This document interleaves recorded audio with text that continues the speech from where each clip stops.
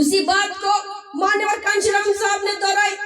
मान्यवर कांशीराम साहब ने क्या कहा, मेरे सपनों का भारत सम्राट अशोक का भारत। तो जिस सम्राट अशोक ने धम्म की क्रांति की, तो मान्यवर कांशीराम साहब ने कहा कि वैसा भारत चाहिए जैसा भारत। चूंकि आज देश के अंदर आप देख रहे हो, आज हिंदू राष्ट्र है ऐसा कहा जाता है, और देश के प्रधानमंत्री कहते हैं कि हम हिंदू राष्ट्र की रचना करेंगे। तो ऐसे देश में हम हिंदू राष्ट्र की रचना करने वाले जो लोग हैं वो कैसी बात करते हैं, जाति जाति के नाम पर बहुजन समाज के साथ, SC ST OBC के साथ भेदभाव करते हैं, अन्याय अत्याचार करते हैं। और इसीलिए बाबा साहब अम्बेडकर ने हमको क्या टारगेट दिया, हमको टारगेट दिया, बोले जाति विहीन समाज का निर्माण होना चाहिए। बहुजन महोत्सव हम मना रहे हैं, और ऐसे में सबसे बड़ा सवाल ये है कि धम्म चक्र प्रवर्तन महोत्सव का आप लोगों को पता है क्या इतिहास है? भाई धम्म चक्र प्रवर्तन सबसे पहले बुद्धा ने किया। बुद्धा ने आप अपने 5 शिष्यों को बताया कि भाई अच्छा मार्ग कौन सा है, गलत मार्ग कौन सा है, ये बुद्ध ने बताया। और फिर उसके बाद एक बार फिर प्रवर्तन होता है, परिवर्तन होता है, फिर सम्राट अशोक ने किया। सम्राट अशोक ने अपनी तलवार छोड़ी और वो बुद्ध की शरण में आ गए। ये दूसरा इतिहास। और तीसरा इतिहास 14 अक्टूबर 1956 को बाबा साहब भीमराव अंबेडकर, इन्होंने नागपुर की दीक्षा भूमि में लाखों लोगों के साथ बौद्ध धर्म का स्वीकार किया, हिंदू धर्म को छोड़ दिया। ये 3 औचित्य हैं, और इन 3 औचित्यों के मौके पर हम भी अपने गांव में, अपने मोहल्लों में, कस्बों में, बस्ती में धम्म चक्र महोत्सव मनाते हैं। तो इसके पीछे का मकसद क्या है? बाबा साहब ने 3 टारगेट अपने जिंदगी में रखे। 3 टारगेट मतलब 3 उद्देश्य, 3 स्टेप, कहाँ हमको जाना है, कहाँ से हम शुरुआत कर रहे हैं। तो 14 अक्टूबर 1956 को बाबा साहब ने हमको बौद्ध धर्म की दीक्षा दी। तो उसके साथ साथ उन्होंने 3 कदम या 3 स्टेप पर चलने की बात की। तो पहली बात, प्रबुद्ध भारत का निर्माण हो। अगर हमको चलना है और किसी दिशा में चलना है, तो बाबा साहब ने कहा प्रबुद्ध भारत की ओर चलना है। अच्छा, ये प्रबुद्ध भारत की ओर क्यों चलना है?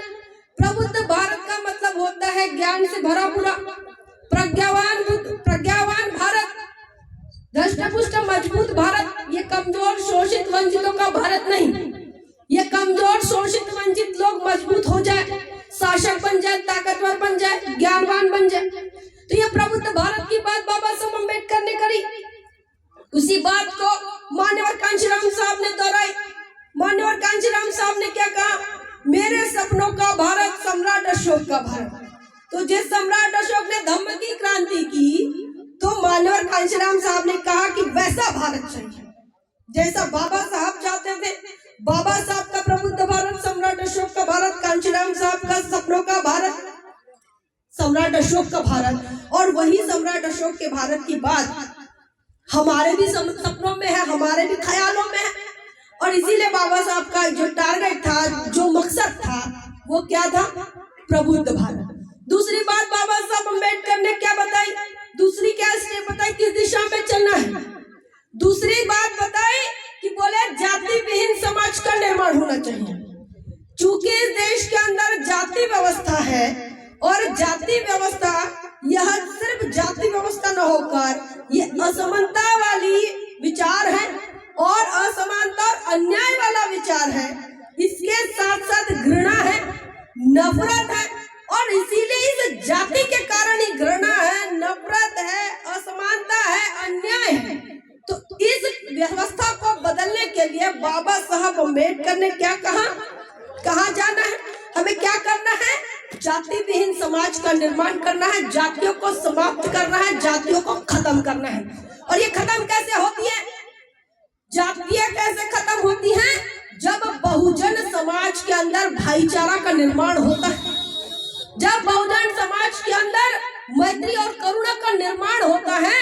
जिस बुद्ध ने मैत्री करुणा बताए, उस बुद्ध की मैत्री करुणा को अगर हम गायब कर देते हैं, चूंकि आज देश के अंदर आप देख रहे हो, आज हिंदू राष्ट्र है ऐसा कहा जाता है, और देश के प्रधानमंत्री कहते हैं कि हम हिंदू राष्ट्र राष्ट्र की रचना करेंगे तो ऐसे देश में हम हिंदू राष्ट्र की रचना करने वाले जो लोग हैं वो कैसी बात करते हैं, जाति जाति के नाम पर बहुजन समाज के साथ, SC ST OBC के साथ भेदभाव करते हैं, अन्याय अत्याचार करते हैं। और इसीलिए बाबा साहब अम्बेडकर ने हमको क्या टारगेट दिया, हमको टारगेट दिया, बोले जाति विहीन समाज का निर्माण होना चाहिए, बहुजन समाज के अंदर मैत्री और करुणा का निर्माण होना चाहिए। फिर बाबा साहब अम्बेडकर ने तीसरा टारगेट दिया, बोले तीसरा टारगेट क्या होना चाहिए, तो भाई देश की शासन करती जमात हमको बननी चाहिए।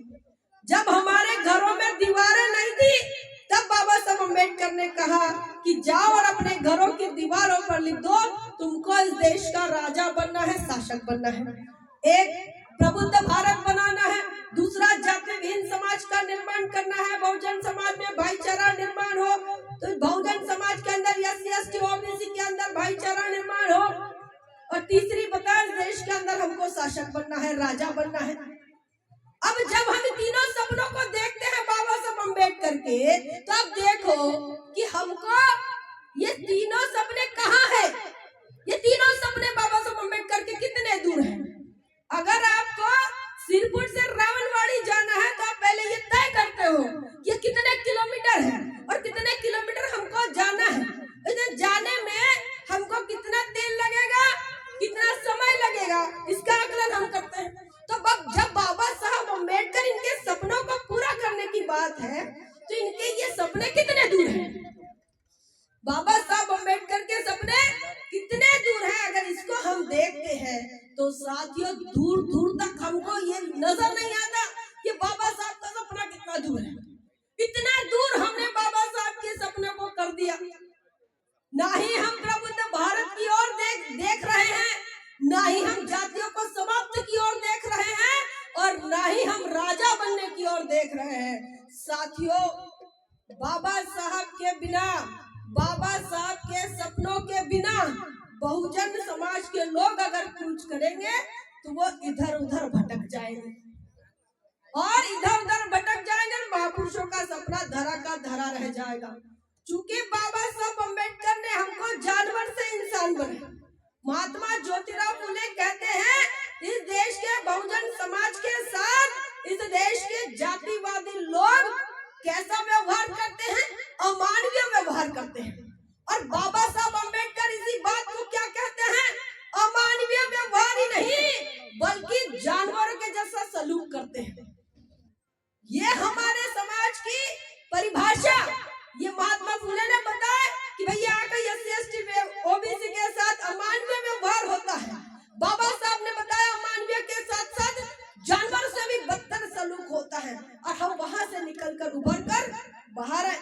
जब बाहर आए तो साथियों बाबा साहब अम्बेडकर ने जो बातें बताई थी उन बातों के तरफ हम चलने के बजाय हम बीच में भटक गए। तो ये मौका, ये दौर, ये समय, ये इसे कहते हैं प्रतिक्रांति का समय। प्रतिक्रांति का समय क्यों? क्योंकि जिन अधिकारों के बदौलत हम जानवर से इंसान बने, आज उन अधिकारों को धीरे धीरे समाप्त कर रहे हैं, धीरे धीरे उन अधिकारों को समाप्त कर रहे हैं। साथियों जिस मनुस्मृति ने, जिस वेदों ने, जिस शास्त्रों ने ये बताया कि तुमको पढ़ने लिखने का अधिकार नहीं है, आज के तारीख में भारत का संविधान है, बाबा साहब का संविधान है, बावजूद इसके आपको पढ़ने लिखने का अधिकार आपसे छीना जा रहा है, बहुजन समाज से छीना जा रहा है। और कैसे छीना जा रहा है? जहाँ बहुजन समाज के बच्चे पढ़ते हैं उन स्कूलों को ताले लग रहे हैं, सरकारी स्कूलों को। अगर आपके बच्चों को पढ़ाना है तो आपको प्राइवेट स्कूल में पढ़ाना पड़ेगा, तो ज्ञान पर ताला लग रहा है। उसके बाद आपको वोट देने का अधिकार है, और वोट देने का अधिकार है तो आपके वोट देने के अधिकार को आपके समाज में राजा नहीं पैदा होना चाहिए, इसकी व्यवस्था करने के लिए अलग अलग लोगों को लगाया जाता है, अलग अलग पार्टियों को लगाया जाता है। तो आपका वोट एक जगह भी नहीं पड़ता, सारे के सारे बहुजन समाज का जो वोट है वो एक जगह नहीं पड़ता, आपके विचारधारा पर नहीं पड़ता, आपके विचारों पर नहीं पड़ता, आपके महापुरुषों को बढ़ाने वाले लोगों की तरफ नहीं पड़ता। बाबा साहब अम्बेडकर ने जीने का अधिकार दिया, बाबा साहब अम्बेडकर ने वोट का अधिकार दिया, पढ़ने का अधिकार दिया, नौकरी करने का अधिकार दिया। अब नौकरी करने का अधिकार दिया, जहां नौकरी करते हैं वहां आरक्षण से उनको नौकरियां मिलती हैं। आज वो आरक्षण खत्म हो गया। सुप्रीम कोर्ट ने फैसला दिया, बोले जिन लोगों को नौकरियां मिल गई, मतलब समाज के अंदर बोले क्रीम तैयार हो गई, तो अब उन लोगों को क्रीमी लेयर लगे, और क्रीमी लेयर लग जाएगी तो भाई अब उसके बाद समझ में आएगा। तो ये सुप्रीम कोर्ट का कहना है। अब बहुजन समाज में हम जा रहे हैं, पूछ रहे हैं भैया क्रीम की लेयर बन गई क्या? शेड्यूल कास्ट में क्रीम की लेयर बन गई क्या? तो एक घर में कितनी नौकरी है? क्रीम की लेयर मतलब मलाई। दूध और मलाई में फर्क होता है। दूध थोड़ा पतला होता है, मलाई थोड़ी जाड़ी होती है। तो जो अच्छा होता है, जिसमें ताकत होती है, उसे मलाई बोलते हैं। तो बहुजन समाज में शेड्यूल कास्ट में ताकतवर घर कैसा समझ आता है? एक घर में 2-3 नौकरियां है क्या? तो बताओ, एक घर में 2-3 नौकरियां है? ऐसी नहीं, मास्टर की नहीं, क्लर्क की नहीं, चपरासी की नहीं, नौकरियां एक घर में 2-2 कलेक्टर है क्या? एक घर में 2-2 पुलिस अफसर है क्या? तो ऐसी नौकरियां तो है ही नहीं। तो फिर क्रीम कहाँ बनी? तो ऐसी लेयर तो बनी नहीं। लेकिन सुप्रीम कोर्ट ने फैसला दिया और इसके पीछे बीजेपी कांग्रेस ने अपना एजेंडा, अपनी मंशा पूरी की। तो साथियों, इसका मतलब समझो, जो तुमको नौकरी करने का अधिकार था वो अधिकार भी गया। तो ऐसे में बहुजन समाज के लोगों, जो आपको अधिकार मिले वो अधिकार अब खत्म हो रहे हैं। इन अधिकारों को बचाया भी जाता है। कैसे बचाया जाता है? बाबा साहब के सपनों की दिशा से अगर हम चलेंगे तो बचाया जा सकता है। बाबा साहब ने कहा प्रबुद्ध भारत का निर्माण करना है, हमको बुद्धिस्ट बनना पड़ेगा। बुद्धिस्ट बनने के लिए कपड़े लगते नहीं, हमको अपने बिहेवियर में हम कैसा जीते हैं, बुद्ध को जीना पड़ता है। बुद्ध धर्म को जीना पड़ता है, और हम जैसे जिएंगे हमारे अंदर मैत्री करुणा आएगी। हम किसी के साथ अन्याय करने की बात नहीं करेंगे, हम भ्रष्टाचार नहीं करेंगे, हम अच्छा आचरण करेंगे, तो हम बाबा साहब के सपनों की ओर है। बाबा साहब ने कहा जातियों को खत्म करना है तो भाईचारा स्थापित करना होगा दलित, आदिवासी, पिछड़ों में। और बाबा साहब ने कहा राजा बनना होगा, तो राजा बनने के लिए जो जो रोकते हैं उन लोगों को सबक सिखाना होगा। राजा बनने के लिए वोट भी देना पड़ता है। तो वोट कहाँ जाएगा? जहां आपकी विचारधारा, जहां आपका झंडा, जहां आपका रंग, जहां आपका नेता, वहां जाना चाहिए। हमारे लोगों को ये भी नहीं समझ में आ रहा है कि हमारा नेता, हमारा झंडा, हमारा पक्ष और हमारी विचारधारा कौन सी है। तो कौन ऐसे लोग हैं जो बहुजन विचारधारा को लेकर, बहुजन महापुरुषों को लेकर काम कर रहे हैं? कौन ऐसे लोग हैं जो बाबा साहब के सपनों को साकार करने की बात कर रहे हैं? साथियों, इस देश के अंदर कांग्रेस, भारतीय जनता पार्टी एक ही है। जिस बाबा साहब अम्बेडकर ने आपको रिजर्वेशन दिया और रिजर्वेशन के माध्यम से हमारे लोगों को छोटी मोटी नौकरियां लगी, उन नौकरियों को खत्म करने का काम कांग्रेस ने 50 साल किया, और अब भारतीय जनता पार्टी ने पूरा रिजर्वेशन ही खत्म कर दिया। तो इसका मतलब ये है कि ये दोनों की दोनों पार्टी आपकी नहीं है।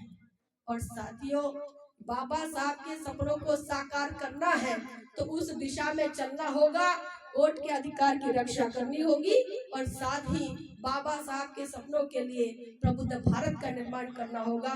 यही बात हम कहते हैं और अपनी बात को विराम देते हैं। जय भीम, जय भारत।